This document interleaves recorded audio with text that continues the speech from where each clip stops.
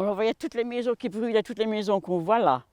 Là, vraiment, face à moi là. Ça brûlait. Et il y avait toutes les autres qui brûlaient. Ce n'était que du feu, du feu. Oui. Et on courait là, on se sauvait là. Vite, vite, vite dans le bois. Et ça s'est gravé pour ma vie, hein, ça. Parce que quand je regarde la TV, je vois de la guerre, quand en Ukraine, je referme vite la TV. Je ne regarde pas. Parce que je rêve la nuit alors. Red in the hatches and teardrops and branches.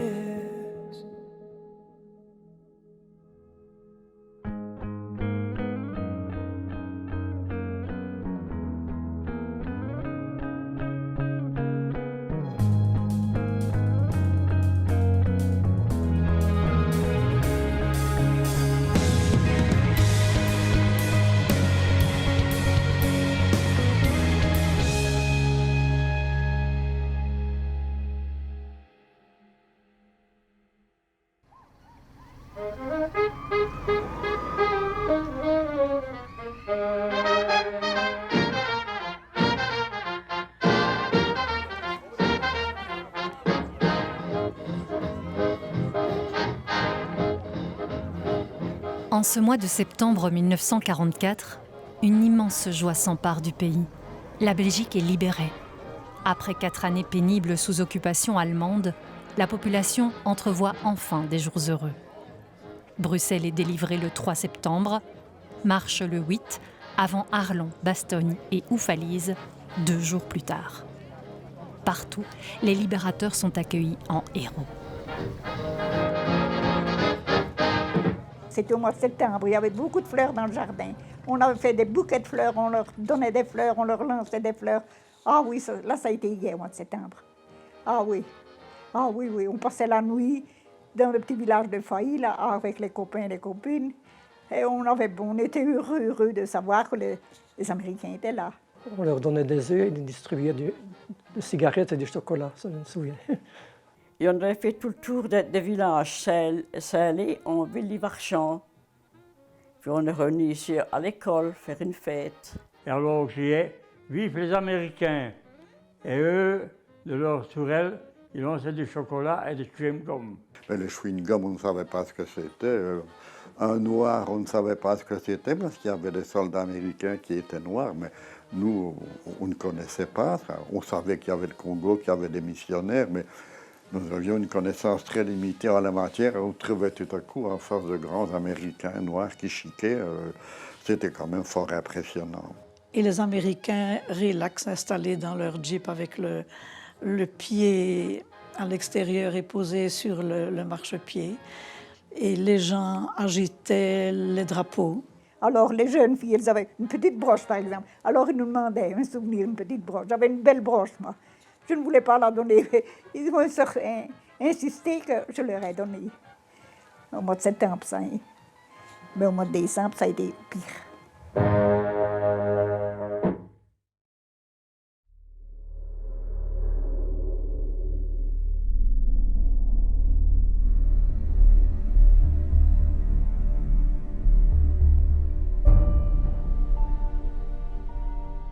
D'abord un murmure, puis un bruit. Au mois de décembre, une rumeur se répand dans les campagnes ardennaises. Les Allemands seraient-ils de retour ? À Maubeuge, dans la commune de La Roche, Marie-Thérèse Mottet, âgée de 16 ans, écrit « Comme un coup de foudre, une nouvelle sinistre s'abat sur tous les cœurs. On parle d'une nouvelle invasion allemande en Belgique. Personne ne peut y croire. »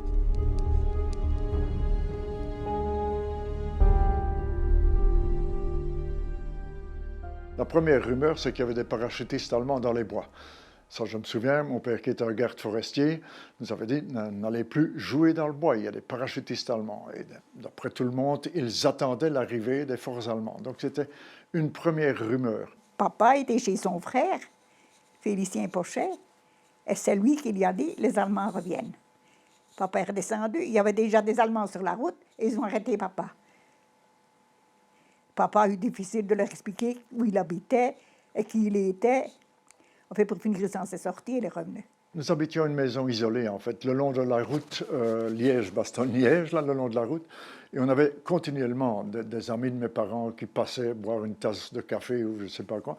Alors, ils discutaient, mais les Allemands ne vont jamais revenir, ce n'est pas possible quand on voit le matériel américain. Ils achevaient de parler. On entend une première explosion, au loin. Un obus sans doute qui est tombé, puis suivi d'autres explosions. Tout le monde a changé de couleur. On a compris qu'ils allaient revenir. Donc, hein. Vers 11 heures, on nous a convoqués à la salle des fêtes en disant, voilà, on nous a dit la vérité. Écoutez, voilà, il y a une contre-offensive allemande. Les élèves qui habitent du côté du nord, nord-ouest, nord-est, enfin, ne pouvaient déjà plus retourner, tandis que nous, on habitait vers le sud, on pouvait encore rentrer chez nous. Et c'est comme ça que je suis rentré. Mais les enseignants entendaient déjà, plic-ploc, des explosions d'obus tombant à gauche, à droite, près de Bastogne ou déjà dans Bastogne. Quand j'ai quitté le séminaire le lundi, vers midi, après avoir dîné, eh bien, les premiers obus tombaient déjà sur Bastogne, des côtés de Bastogne. On entendait la canonnade et un frère à mon père qui habitait le Grand-Duché, pas trop loin de la frontière, mais enfin, il était venu chez nous pour fuir les Allemands. Ils disaient, ils sont là et ils reprennent tout. Et c'est comme ça qu'on savait qu'ils revenaient, quoi. Hein. La rumeur disait vrai. Des réfugiés grand-ducaux arrivent en Belgique. Nous étions réunis dans notre cave avec quelques réfugiés provenant du Grand-Duché de Luxembourg et qui avaient trouvé un abri chez nous, quoi, hein. Il y avait des citoyens, donc des Luxembourgeois, qui tout de suite se sont rendus compte qu'ils habitaient vraiment dans la région frontalière avec l'Allemagne. Les Allemands vont revenir, donc ils sont tout de suite ont essayé de partir au sud du Luxembourg ou vraiment à l'ouest, en direction de Belgique. C'était le cas surtout pour des villages qui se trouvaient plus au nord, tandis que d'autres villages restaient sous occupation allemande. Maman m'a vu, elle pleurait, elle m'a pris dans ses bras, elle m'a dit « c'est la guerre, c'est la guerre, c'est la guerre ». La guerre est bien de retour ce 16 décembre 1944. Et avec elle, la peur. Les civils pris dans une nouvelle tourmente craignent pour leur vie. Les soldats allemands sont arrivés, ils ont occupé toute la ferme. Alors papa dit, on va aller rester dans le fourni. Il y avait un petit fourni devant la maison. On est rentré dans le fourni, on est descendu dans les caves. Quand les Allemands sont arrivés, hein, ils nous ont fait déménager. Ils ont pris possession des bâtiments. Et nous autres, on est allés dans une écurie. On a passé toute l'offensive dans une écurie. On n'était pas fiers, hein? On ne savait pas trop ce qui allait se passer. Mais on avait des Allemands plein la maison chez moi. Nous habitions dans la cave, hein, parce que c'était les bombardements, les obus. Il y avait des trous d'obus tout autour de la maison, dans le bois, partout, hein? Et alors, si on n'avait pas été dans la cave, il n'y avait plus de carreaux chez moi. Et ils dormaient dans les champs sans carreaux. Vous voyez le topo. Les Allemands occupent à nouveau les maisons, prenant possession des biens. Mais quelque chose a changé. Les Allemands que nous avons vus pendant la bataille des Ardennes étaient complètement différents de ceux qu'on avait vus pendant la guerre. Pendant la guerre, ils étaient en tenue convenable, ils étaient disciplinés, etc. Bataille des Ardennes, une complète désorganisation, un chaos complet. Les jeunes SS très jeunes, de vieux soldats, puisque la mobilisation c'était de 16 à 60, des marins, des gars avec des jaquettes américaines, avec des vestons civils. Des nombreux témoignages qui sont lus et qui ont été récoltés, on voit déjà la surprise du retour des Allemands. Puis on voit la surprise de l'état dans lequel sont les Allemands.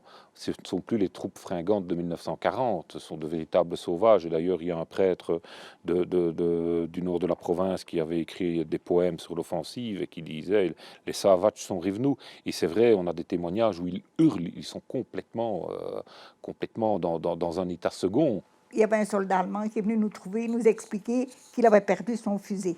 Il nous expliquait, et il tremblait, il pleurait. Alors, maman dit, on le cacherait bien. Mais vouliez-vous le cacher dans le fourneau? Il y avait des pommes de terre, il y avait des betteraves, on ne savait pas le cacher.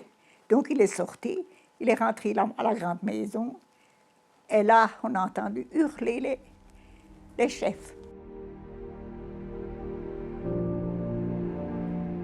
Calfeutrés dans les caves, les civils se retrouvent parfois par dizaines au même endroit.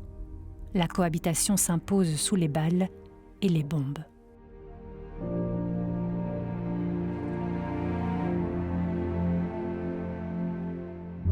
Les projectiles d'artillerie commencent à tomber de plus en plus, et dans Bastogne même. Des bâtiments s'écrasent à gauche et à droite, et tout le monde se réfugie dans les caves. Il n'y a plus personne qui tient dans le rez-de-chaussée, donc tout le monde est dans les caves, en attendant le pire. Ils avaient étançonné les caves pour consolider, et on avait fait des bancs alignés avec des planches sur des blocs. Et tout le monde était aligné sur ces bancs-là, et on est resté là jusque je sais pas, vers le 10 janvier. Et quand le soir on bombardait, on voyait par le soupirail le ciel tout rouge, c'était la roche qui brûlait. Dans la cave, on entendait tirer, on entendait les mitrailleuses, on tremblait. Et la cheminée du fourneau est même tombée. Alors là, on se dit, on va être enfermé dans la cave. Mais non. C'est curieux, je crois qu'on s'adapte très vite à des situations de catastrophe.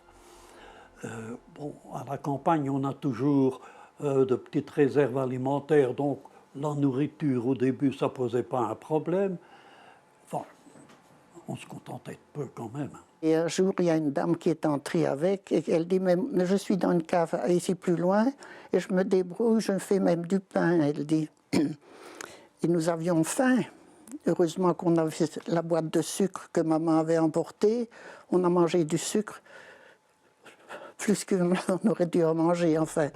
On était content d'avoir du sucre, on n'avait pas de nourriture. Et cette dame-là, gentiment, le lendemain, nous a apporté un pain.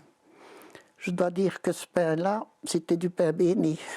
Nous étions entassés dans une toute petite cave qui avait peut-être 3 mètres sur 3 mètres. Et il y avait un tas de pommes de terre, la réserve d'hiver. Et je me souviens, je dormais sur le tas de pommes de terre, et au-dessus de moi, il y avait une planche, une étagère avec la réserve de pommes. Et c'était le soir, ou en tout cas le début de la nuit, je m'endormais, et tout à coup, je rêvais que les pommes s'écroulaient sur moi.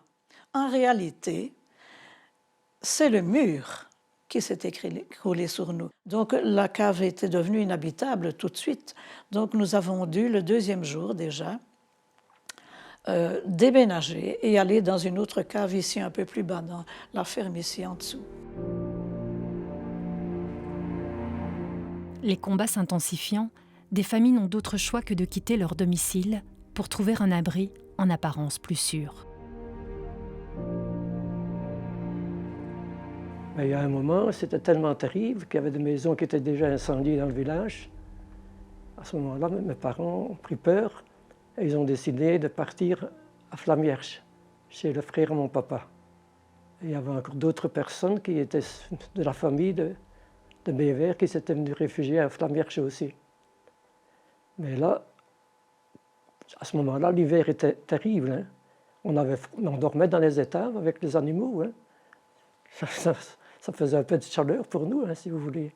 Mon père s'était arrangé, Dieu sait comment, pour fuir ce qu'il appelait le chaudron de la mort, quoi, hein. Nous étions en tout, famille, hommes, femmes et enfants, peut-être une douzaine de personnes. et nous sommes partis en direction d'Emeraude. À ce moment-là, se déclenchent des explosions, mais vraiment un concert d'explosions effroyable. Et je ne sais pas si c'était des coups de départ des artilleurs américains ou si c'était des obus allemands qui atterrissaient là. Mais ce qui est certain, c'est que le cheval qui tirait la charrette est devenu complètement paniqué, fou, et rué sur ses deux pattes arrière, tant et si bien qu'on a dû s'arrêter, quoi. Un soir, un homme du village qui était d'origine luxembourgeoise et qui savait un petit peu s'expliquer avec les Allemands, est venu, je le vois encore, il était au-dessus là, des escaliers et il a dit, les Allemands disent, dégagez, il faut partir. C'était pour occuper eux-mêmes la cave, évidemment. Il faut partir. Si vous n'êtes pas sortis, on fusille. À minuit, on fusille. Et maman disait à ce moment-là, avec mes 4 enfants ici, moi, dit-elle, je ne bouge plus, c'est trop difficile. Mais à ce moment-là, j'ai eu peur. Parce que je voyais que tout le monde s'enfouillait, tout le monde obtempérait. Et je me souviens que je tirais sur sa robe pour l'obliger à regrimper les escaliers et à sortir de la cave.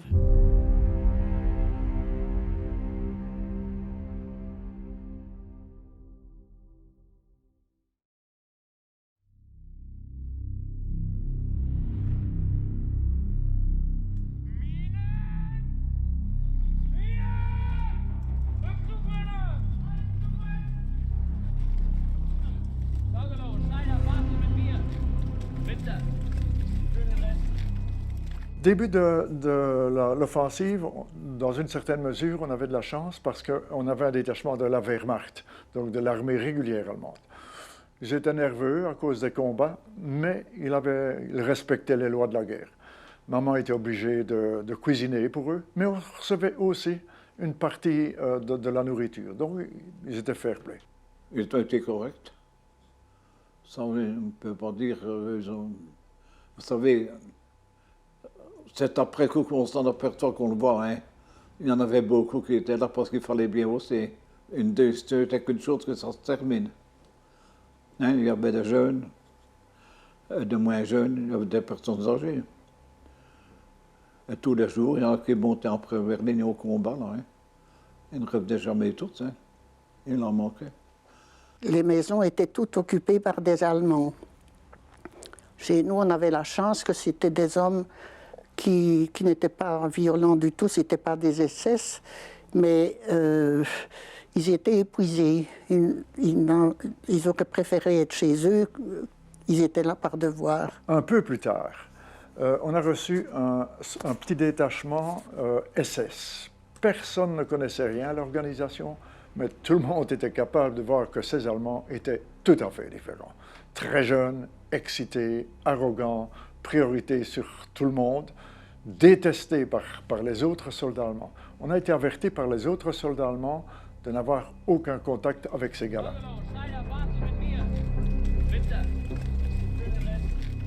Aucun contact. Et pourtant, dans son journal, Marie-Thérèse Mottet écrit « Depuis bientôt 1 semaine déjà, les Boches sont là, nous tourmentant, nous tracassant de toutes les manières. Ainsi, la maison de l'institutrice est occupée par les SS, qui à maintes reprises bouleversent tout. Rien n'est épargné. »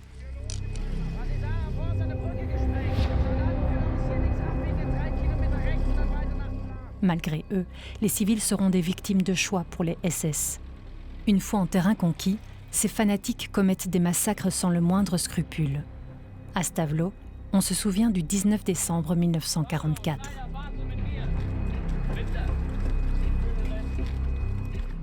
Maman a entendu des pas de bottes qui entraient dans la maison. Donc, ils ont déjà eu un peu peur. Et alors, maman, qui était native de Wem, elle connaissait un peu l'allemand, donc elle a crié en allemand qu'ils étaient que des civils. Et papa l'a redit en français, mais rien à faire, ils ont tiré.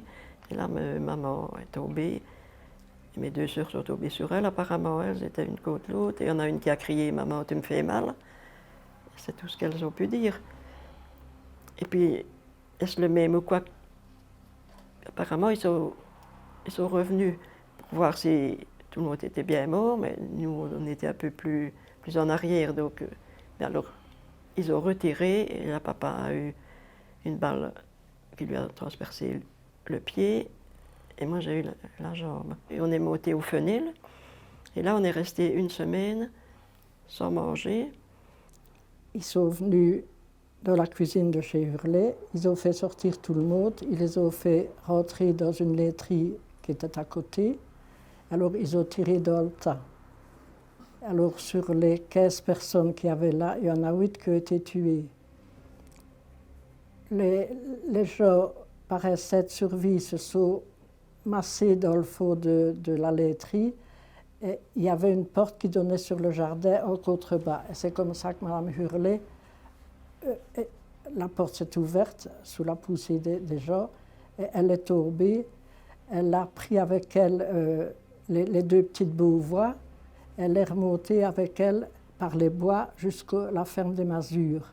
Alors ce n'est que le lendemain, dans l'après-midi, que Mme Hurlet est redescendue de la ferme des Masures. Elle voulait revenir voir pour une dernière fois sa belle-fille, sa petite-fille et sa nièce qui avaient été tuées.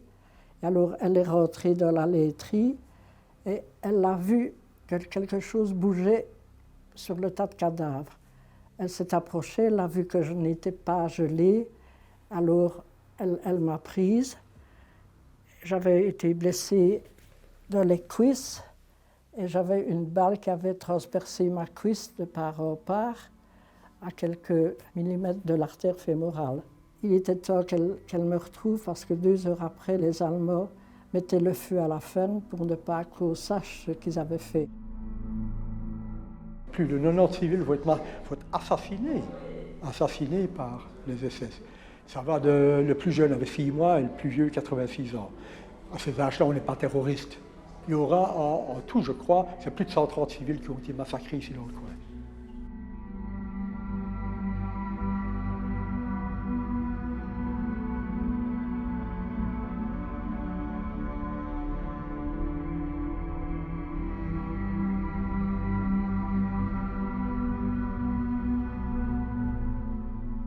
Alors que la défense de Bastogne s'organise, des exactions sont perpétrées en périphérie. C'est le cas à Noville, un village brutalement repris par les Allemands.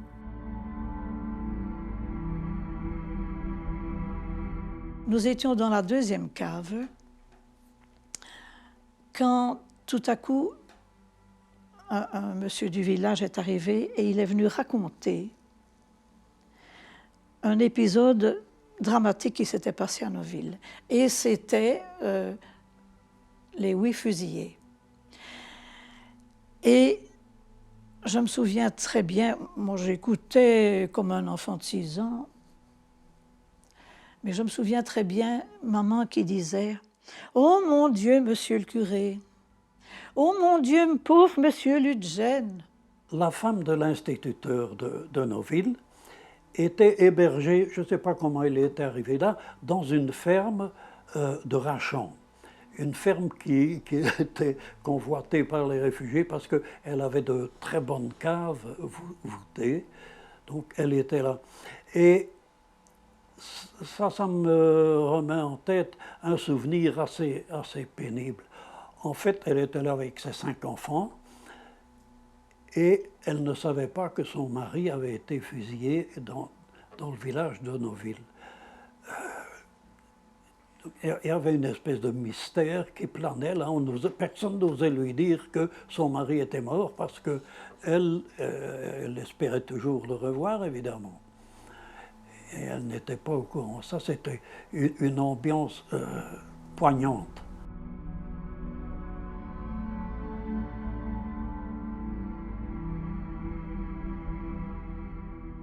SS et Gestapo ne font pas de quartier. 7 personnes sont abattues au parc Lambin ou Falise et 4 autres à Gives. Chaque année, les communes de Gouvy et de Vielsalm se souviennent des exécutions des frères Léonard et Urbani. La liste n'est malheureusement pas exhaustive. À Audeigne, 19 personnes sont tuées par la Das Reich.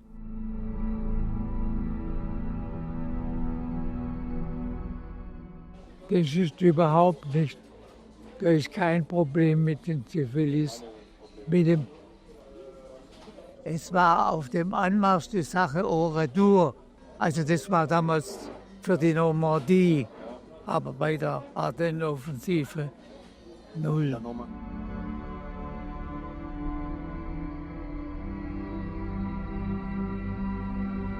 Les actions de la résistance lors de la libération de septembre ont laissé des traces, animant un désir de vengeance.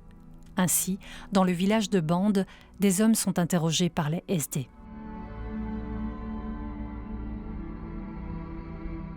Il y avait des SS, donc SD, Stikrenzi, et un officier SS a dit à Madame Godefroy, oh Madame, ceux qui ont affaire à ces gens-là, ils sont morts.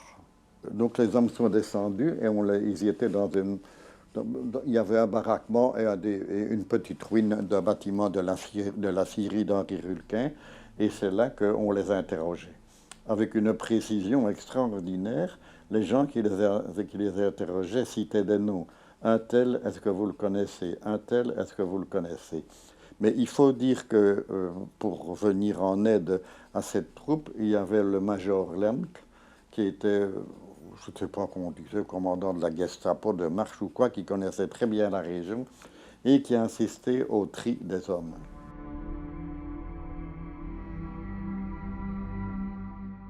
« 34 hommes sont dirigés dans une cave.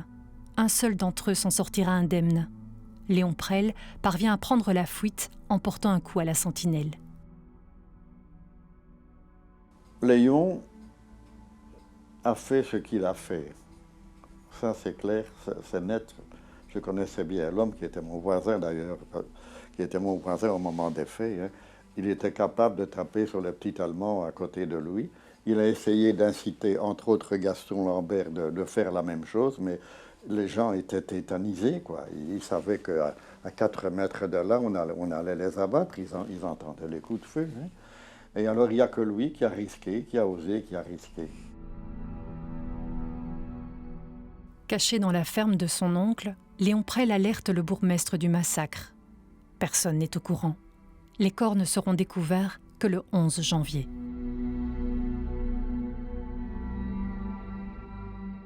J'y pense tous les jours. Et c'est surtout en avançant en âge, comme c'est le cas maintenant, que tout ça revient, quoi. Ouais. Et de temps en temps, je me dis encore, tiens, comment est-ce que ma vie aurait été si mon frère avait vécu? Monsieur Rosière, c'est devenu après mon beau-père, mais que je n'ai pas connu parce qu'il était parmi les fusillés.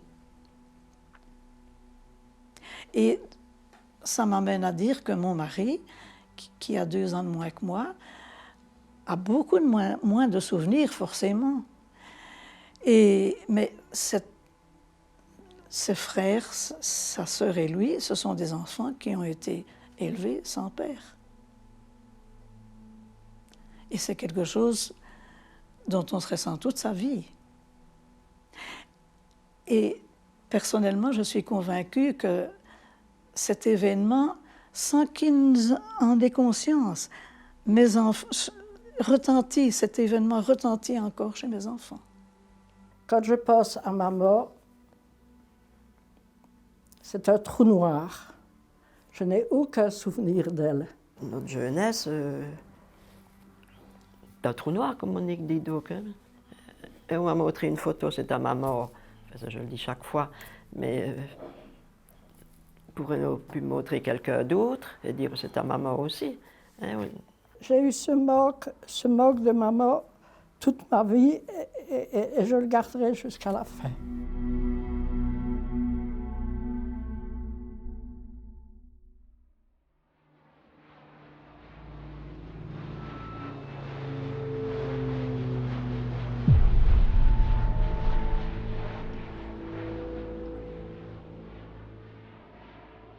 Les balles allemandes ne sont pas les seules à faire des victimes. Entre le 23 décembre et le 6 janvier, des bombardements alliés rasent les villes de Saint-Vith, Malmedy, La Roche et Oufalise. Dans son journal, Marie-Thérèse Mottet écrit « De Maubeuge, on voit les bombardiers américains piquer sur la ville, lancer leurs bombes meurtrières. »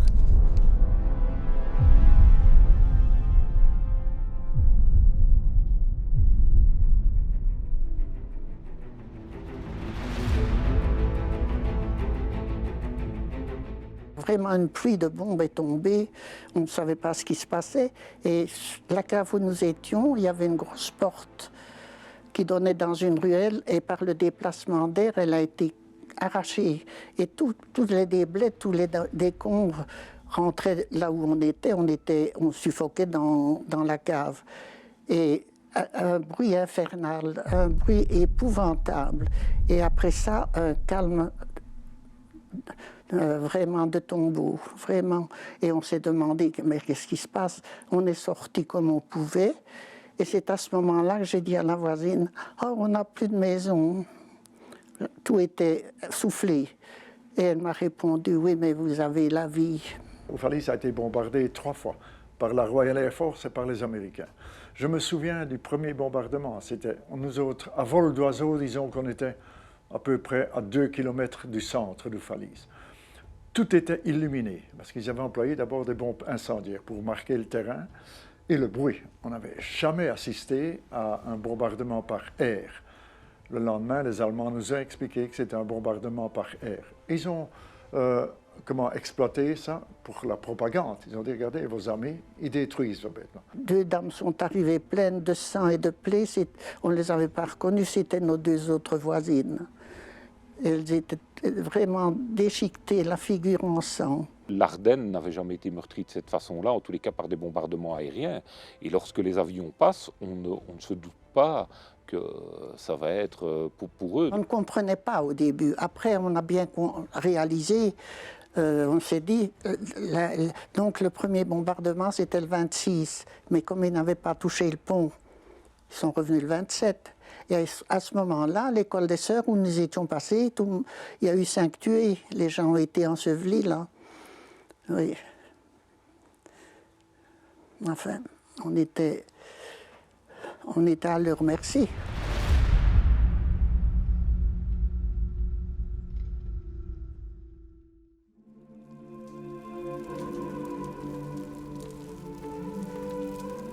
Plus de 700 personnes sont tuées dans les bombardements de Saint-Vith, Malmedy, La Roche et Oufalise, villes martyres de la bataille des Ardennes.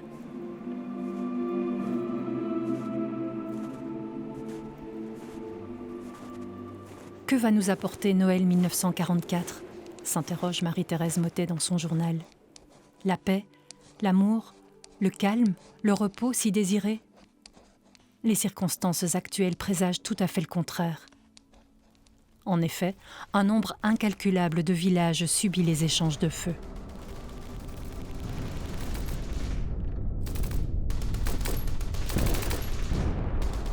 Le jour de Noël, je pars.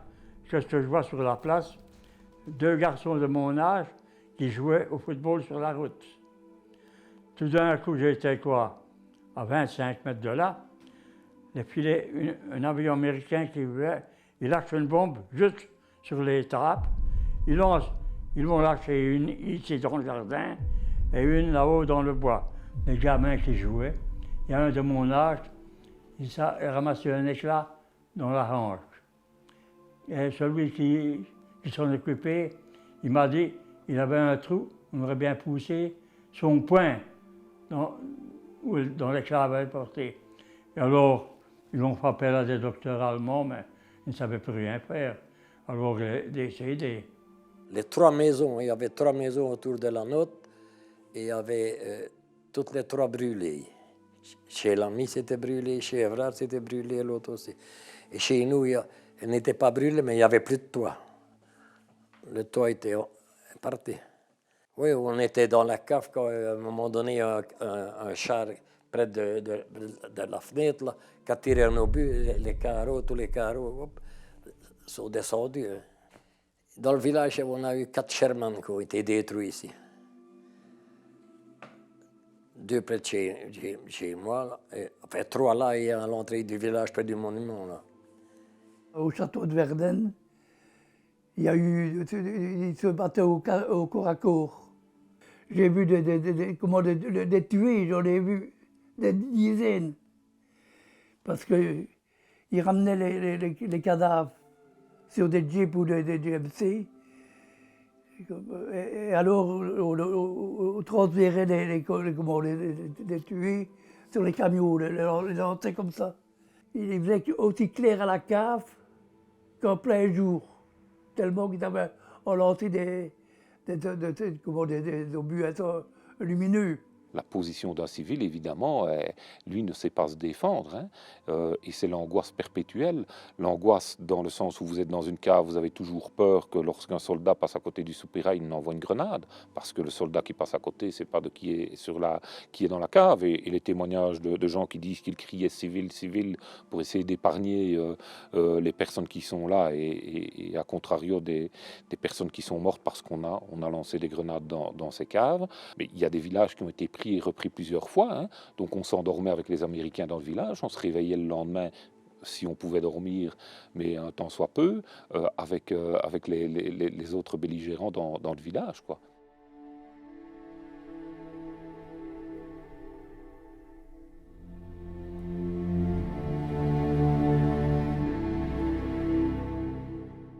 À Saint-Lé, le ciel est de plus en plus menaçant cette période de Noël. Une bombe américaine explose et tue 28 civils dans une grange. Des dizaines de villageois s'enfuient dans la forêt. Ben, je sais bien, on était assis en groupe dans le bois avec une couverture sur soi. Et alors on tiraillait de tous les côtés et je voyais les Allemands qui sauvaient hors du bois. C'était le bois des Allemands. À l'autre côté, il y avait un pré qui faisait la cuvette et à l'autre côté, c'était des buissons. Et ceux qui étaient à l'autre côté nous criaient « Venez ici, ne restez pas là ». Alors on a voulu passer en dessous des fils pour aller rejoindre le bois de l'autre côté. Et puis je me souviens comme aujourd'hui, j'ai pris les fils pour les ouvrir en deux pour arriver à passer entre les fils. Et on nous criait qu'on reste là, alors on est remonté dans le bois. Et c'est là alors qu'il y a eu la catastrophe là, que j'ai été blessée. J'étais assise comme ça, et un éclat qui est passé, il m'a fauché le pied. Et alors, une de mes sœurs, qui avait 12 ans, elle a reçu un arbre qui s'est coupé, elle a reçu le bois sur la tête, elle a été tuée. Puis il y a eu l'autre, mon frère qui avait 6 ans, lui, il était blessé, mais je ne sais pas plus. Et je sais bien qu'on est traversé le pré, arrivé au-dessus, on entendait un enfant qui pleurait. Alors ma mère était déjà partie au-dessus, elle est redescendue voir et c'était ce petit garçon-là qui mourait. Elle l'a pris dans ses bras, après il mourait. Alors ils ont abandonné le gamin, là, ils sont partis, on est parti sur Ronville. Et alors il y avait ma soeur de 2 ans, elle était blessée, elle avait la cuisse vraiment tout arrachée, et ils l'ont portée dans les bras comme ils ont pu à Ronville. Et arrivée à Ronville, elle mourait. Et moi, je dis bien, c'est une femme de Saint-Lé qui m'a pris dans ses bras, qui m'a porté jusqu'en ville. J'aurais pu se marcher. J'étais blessée aux pieds.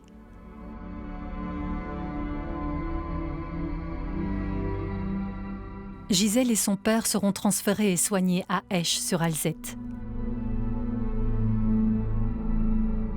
Comme de nombreux civils, le petit André Meurice sera lui aussi blessé dans les échanges de tirs. Les projectiles touchent le bâtiment au moment où on venait justement de sortir pour rejoindre la cuisine et essayer de se faire un petit bout à manger, quoi, hein. Tout le monde s'est encouru vers les écuries que l'on savait plus solides que le reste. Dans la course, je dis à mon père, « Papa, j'ai mal à mon épaule. J'ai mal à mon épaule. » Il y avait quelque chose de métallique dans mon épaule. André sera emmené vers Bastogne pour y recevoir les premiers soins. L'enfant de 7 ans sera ensuite évacué en direction de Sedan via le couloir ouvert par Pattonne. À un moment donné, on a tiré sur l'ambulance. Ça ne pouvait pas provenir, a priori, d'une erreur américaine. On n'en sait rien. Mais mon père avait remarqué ça dans l'ambulance. Hein. Il a entendu, il a vu, mais tout ça en un éclair, quoi. Une rafale de mitrailleuses dont les balles sont entrées d'un côté de l'ambulance et ressorties par l'autre au ras du plafond, quoi.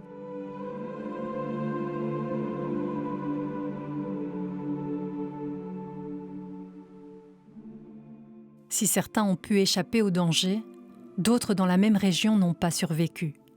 C'est le cas de la famille Bever qui cherchait à se réchauffer entre 2 tirs d'artillerie.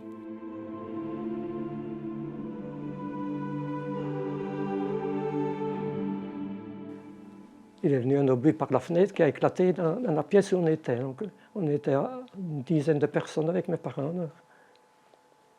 Et alors après, je me souviens que mon oncle et ma tante, qui étaient dans l'étape, sont venus voir ce qui s'est passé. Ils ont vu la catastrophe, bien sûr. Alors moi, je me souviens, pour finir, je me retrouvais dans la cuisine. On m'avait pris parce que j'étais un peu blessé aussi dans la tête. Donc. Et alors, on a passé la nuit, là. Bien sûr, je n'avais pas vu ce qui se passait dans la pièce. Ils m'ont directement emporté.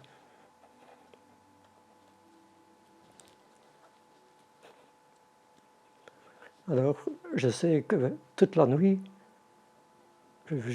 j'appelais toujours ma maman et mon papa.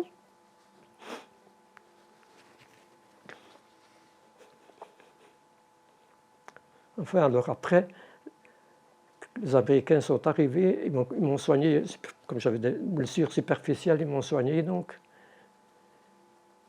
Et je me souviens que ma tante, elle avait une jambe vraiment fracassée. Hein. Alors mes parents aussi, tout ça, ils sont tous morts, bien sûr. Et mon frère et ma sœur aussi. Mon frère avait 2 ans plus que moi. Moi, j'avais 7 ans, donc il avait 3 ans plus que moi. Il avait 10 ans, lui. Et ma sœur était 2 ans plus jeune que moi.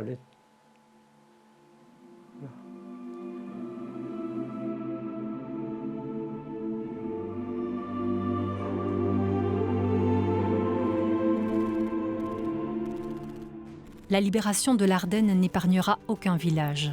En janvier 1945, les combats atteignent leur paroxysme. Les Américains et les Allemands vendent chèrement leur peau.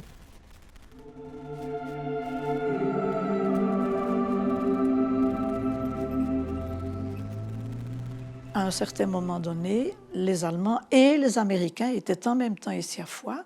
Les Américains étaient dans la maison au-dessus de nous et les Allemands étaient dans la maison de l'autre côté de la route. C'est une maison d'ailleurs qui existe encore, c'est une vieille ferme et il y a encore tous les impacts de balles que tous les touristes viennent maintenant photographier et ils se, comment dirais-je, ils se canardaient d'un côté à l'autre de la route.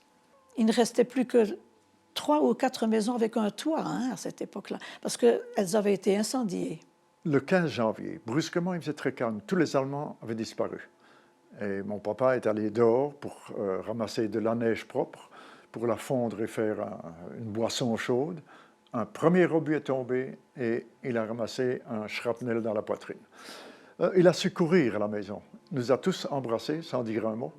Tombé sur le sol, il était mort. Et là, on est allé à la cave en priant, en criant, en pleurant, tout ce qu'on veut. Et après un petit moment, on a entendu un « hello ». On s'est dit, tiens, les Américains sont là. Non, c'était un SS, avec son revolver en main. Et il est resté en face de nous un long moment. Maman essayant d'expliquer que son mari venait d'être tiré. Elle montrait le corps. Finalement, il est disparu. Je crois que j'ai compris beaucoup plus tard. Probablement, il ne voulait pas nous tuer. Il voulait s'assurer qu'aucun Allemand ne se cachait pour se rendre. C'était une espèce d'arrière-garde. Donc, il est parti. Quand les Américains sont arrivés, ils se trouvaient peut-être à 500 ou 1000 mètres de la maison qu'ils voyaient. Et ils essayaient d'y mettre le feu. Ils envoyaient donc des petites roquettes incendiaires au phosphore. Et nous, à ce moment-là, on se trouvait dans notre cave. Et cette fumée de phosphore qui est âcre descendaient par les soupiraux. Et nous, enfin mon frère et moi, 11 ans, on arrivait à se protéger, à éviter de respirer ça, mais un frère et une sœur de 3 et 5 ans ne se sont pas protégés de la même façon. On essayait de les sortir, mais c'était assez effrayant. Et ils sont morts quelques jours après, les poumons brûlés par le phosphore. Ce qui m'a marqué le plus, c'était quand mon père a mis le gamin dans cette caisse en bois et qu'il a cloué avec un marteau, quoi. Ça fait vraiment quelque chose d'émouvant. Un père clouer le cercueil de son enfant.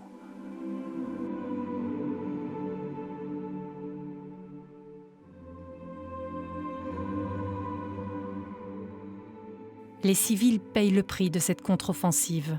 À certains endroits, les moyens déployés par les Américains laissent place au ressentiment.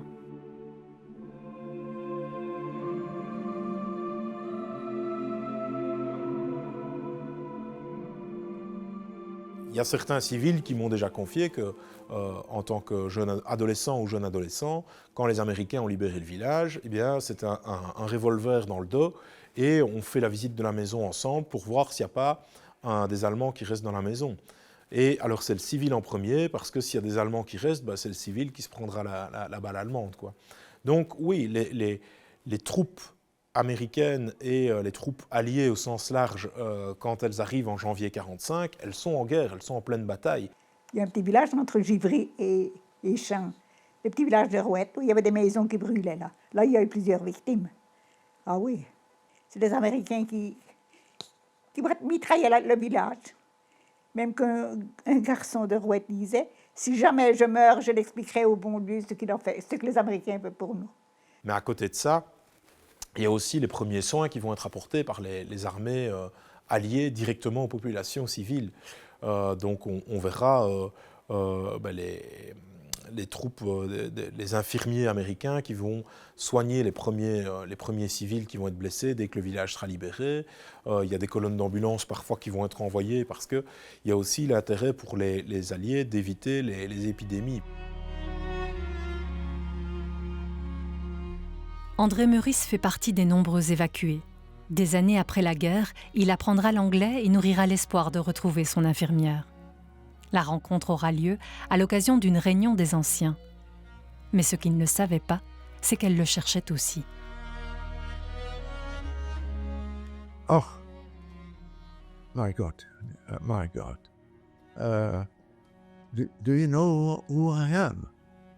Elle me pose la question. Je dis non.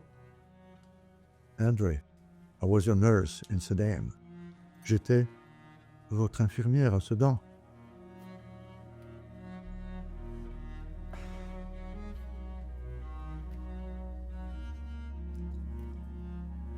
C'est moi.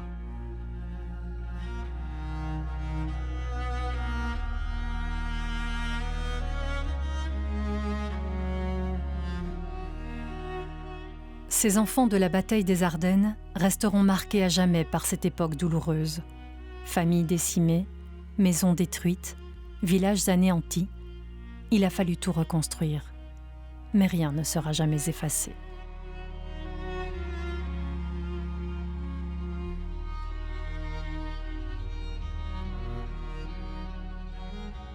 Nous avons pâti pendant longtemps de cette situation-là, à savoir que notre maison étant incendiée, la commune étant pauvre, n'avait pas eu les moyens de nous reloger, je dirais décemment.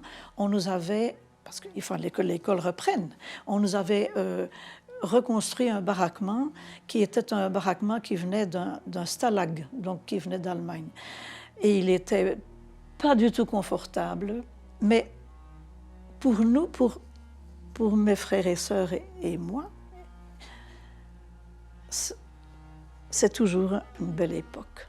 On dit toujours, Tu te rappelles au temps du braquement?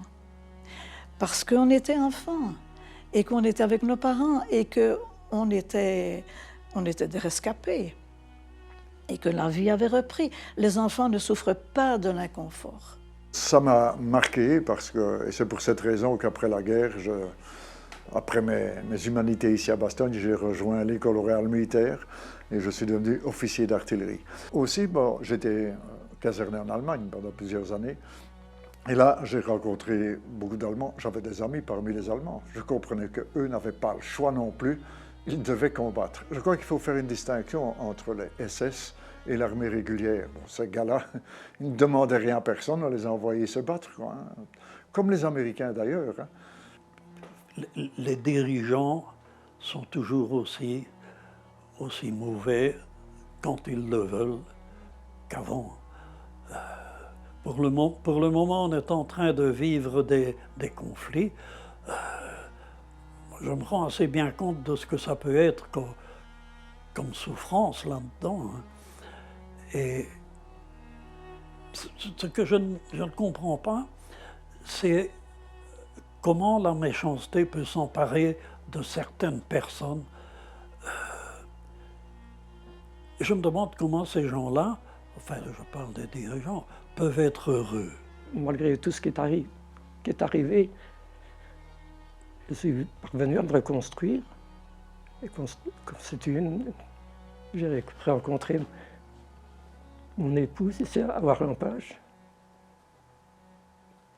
Et disons que ça, on construit une famille, on avait 2 garçons, donc 3 petits-enfants et 2 arrière-petits-enfants. C'est dur. C'est dur d'y penser. Alors quand je vois ça, je pars de mon fauteuil et je vais travailler, je vais m'occuper. Alors ça part. Sinon, j'aurais toute chose dans ma tête. Hein.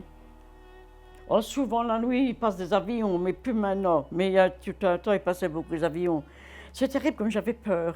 Et je repassais tout hein, dans ma tête. C'est vraiment enregistré. C'est des souvenirs, avez-vous? Je n'ai jamais oublié. Je n'ai jamais oublié. Et si vous permettez, je voudrais faire un petit poème que notre instituteur avait fait la guerre de 14-18, nous avait appris. Le dernier regard, beaux yeux de nos soldats qui n'avaient que 20 ans et qui étaient tombés en ce dernier printemps. Où sont vos bras et vos mains et les gestes superbes qu'avec la grande fou vous faisiez dans les herbes? Vous ne verrez plus les bois, les monts, la terre, la nuit immense descendre sur vous. Et je n'ai jamais oublié ce poème. Je n'ai jamais oublié ce poème.